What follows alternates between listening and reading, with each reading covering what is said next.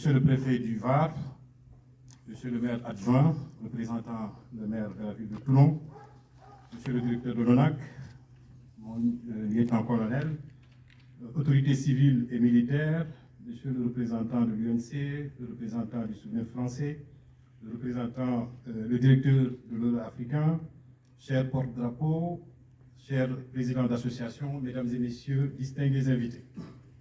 Nous nous sommes réunis aujourd'hui au sommet de ce site exceptionnel, le Mont Faron, ce haut lieu, avec un paysage magnifique dans cette belle ville de Toulon, pour rendre un vibrant hommage aux tirailleurs sénégalais et à leurs frères d'armes morts pour la France.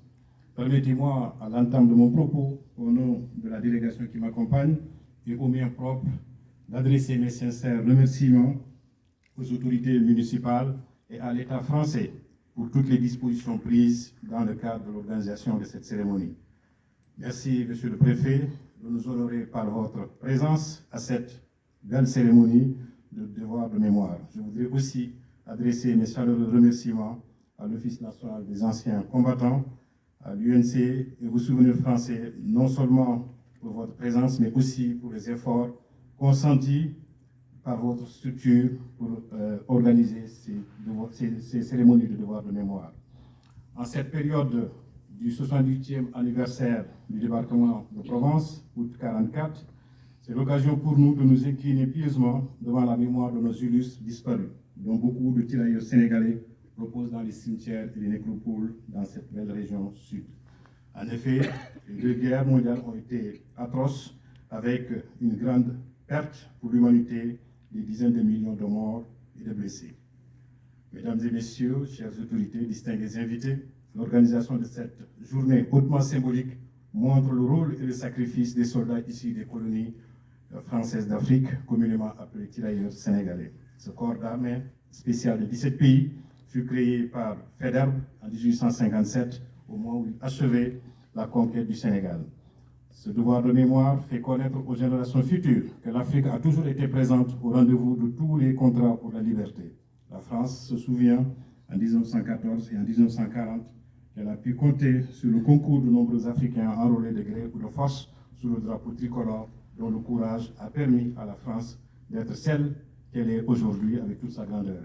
En effet, les colonies représentaient le dernier espoir pour la France de se libérer par elle-même de l'Allemagne nazie et de s'asseoir à la table des vainqueurs. Plusieurs centaines de milliers de soldats sont incorporés dans le corps des tirailleurs sénégalais. Ces soldats venus de toute l'Afrique, en compagnie des soldats français et des pays alliés, ont assurément contribué à la victoire de la dignité humaine.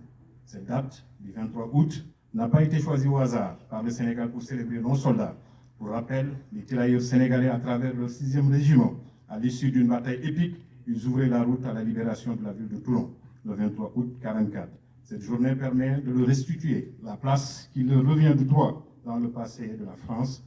Je voudrais donc saluer la belle initiative des autres autorités sénégalaises qui avaient pris la décision de dédier cette journée à ces vaillants soldats africains pour commémorer le rôle et le sacrifice en combattant avec fierté durant les deux guerres mondiales pour un monde libre.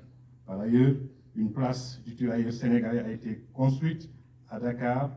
La stèle de bronze d'Emba et Dupont, qui représente un tirailleur sénégalais aux côtés d'un soldat français, dressé sur ce lieu mythique de la capitale sénégalaise, symbolise un nécessaire devoir de mémoire d'une part, mais s'inscrit également dans le désir collectif de la construction d'un monde de paix où règne l'harmonie, l'acceptation de la différence de l'autre dans le respect des valeurs communes, d'autre part.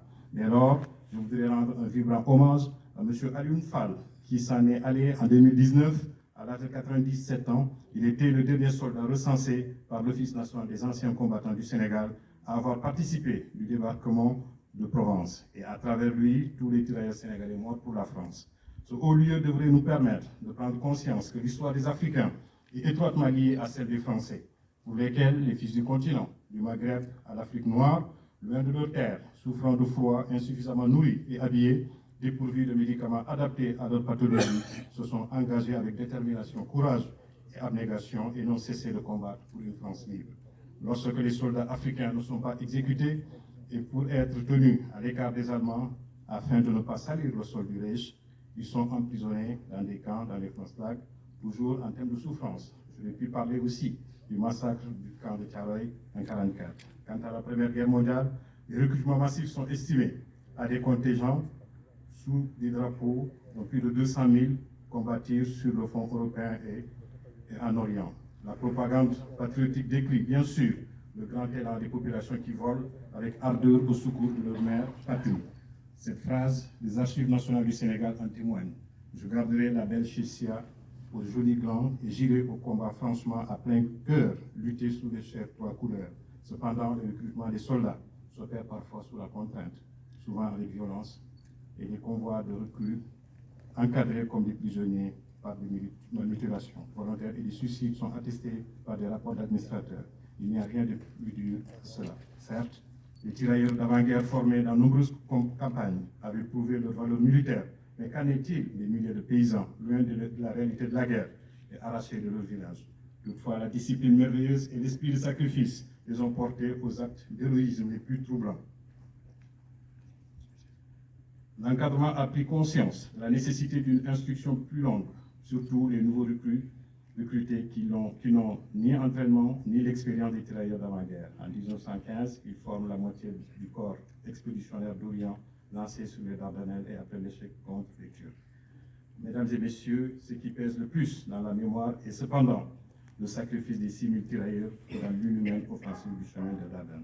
En 1917, Georges Clemenceau, arrivé au pouvoir pour aller jusqu'à la victoire finale, réclame des effectifs supplémentaires et décide un nouveau recrutement de 50 000 tirailleurs.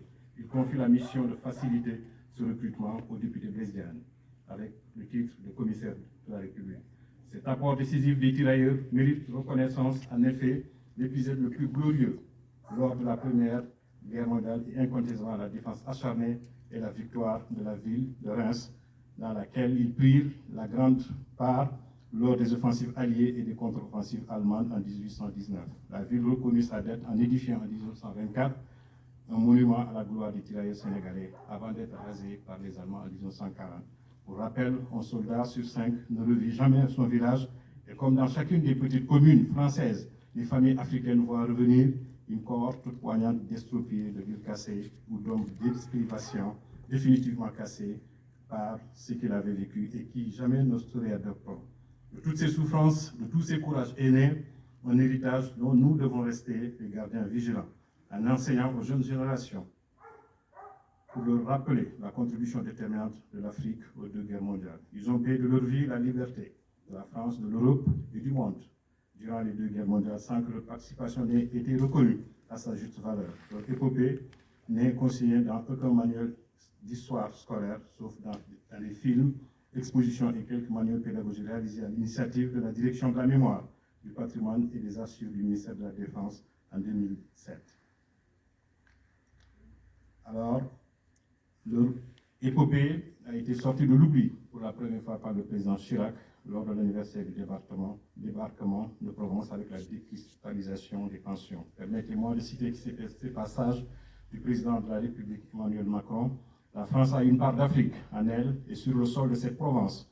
Cette part fut celle du sang versé. Je lance aujourd'hui un appel aux maires de France pour qu'ils fassent vivre par le nom de nos rues et de nos places, par nos monuments et nos cérémonies, la mémoire de ces hommes qui rendent fiers toute l'Afrique et disent de la France ce qu'elle est profondément. Un engagement, un attachement à la liberté et à la grandeur. Un esprit de résistance qui unit dans le courage, a poursuivi le chef de l'État. Je pense à M. Lamine Senghor, ancien tirailleur sénégalais. Il fut envoyé au front pendant la Première Guerre mondiale. Il participa à une mutinerie à Fréjus. Après la guerre, il resta en France et participa activement au combat des coloniaux en France, milita au Parti communiste français. En février 1927, Lamine Senghor participa au congrès constitutif de la Ligue contre l'impérialisme et l'oppression coloniale et prononça un discours fort remarqué. Il fut arrêté quelques jours après son discours. Emprisonné quelques semaines à Draguignan, sa santé continua de se dégrader jusqu'à la mort en 1927. M. Lamine Senghor mérite un nom de lui. Et tant d'autres tirailleurs sénégalais. Monsieur le préfet, monsieur le directeur, chers élus, distingués invités, à travers leur participation, ils nous ont appris des valeurs telles que la fraternité, la solidarité, le courage, l'abnégation, le civisme, la justice et l'amour pour la patrie. Cette journée de recueillement à laquelle participent activement les autorités françaises et africaines, ainsi que nos peuples respectifs, devra s'inscrire dans le désir collectif de la construction d'un monde de paix où règne l'harmonie, la tolérance et l'acceptation de la différence dans le respect des valeurs communes. En effet, un monde de paix et de tolérance devrait être le rempart et la base des actions de tout un chacun en vue de la consolidation du dialogue entre les peuples et les cultures. En référant aux enseignements du président Paul Léopold Sédar Senghor, lui-même tirailleur, qui n'a cessé de prôner l'ouverture, l'interculturalité, la civilisation de l'universel pour un monde de paix et de liberté. Chères autorités, mesdames et messieurs, je voudrais saluer l'engagement des uns et des autres autorités civiles et militaires, historiens, associations, sociétés civiles, portant ensemble cette mémoire qui nous est commune, aussi commune que la langue française qui nous réunit. Je ne saurais terminer ce discours sans remercier Monsieur le Préfet d'être parmi nous aujourd'hui, remercier M. Jérôme Gervin, directeur de l'ONAC du Var et directeur des hauts lieux de la mémoire nationale du Var pour son implication personnelle, et remercier M. Guy du consulat qui a organisé cet événement. Je remercie aussi le président de l'association Partenariat Euro-Africain, M. Joël Broquet, pour ses travaux et son engagement constant au devoir de mémoire et au vivre ensemble. Remercier l'ensemble des associations ici présentes, remercier la communauté sénégalaise de sa mobilisation. Ma reconnaissance et ma profonde gratitude pour la présence du drapeau du 1er régiment des tirailleurs sénégalais, les efforts faits à Fréjus et à Saint-Raphaël. Remercier M. le colonel. Enfin, je voudrais réaffirmer l'engagement du gouvernement sénégalais et du président de la République, son Excellence M. Macky Sall, à ne ménager aucun effort pour faire vivre la mémoire des tirailleurs dans cette belle région de Provence, dans l'objectif de symboliser cette histoire commune entre la France et l'Afrique. Prions pour que la paix éternelle soit sur nos yeux disparus, tombés au champ d'honneur. Honorons leur mémoire, ne les oublions pas. Vive la France, vive le Sénégal, vive l'amitié entre les peuples. Je vous remercie.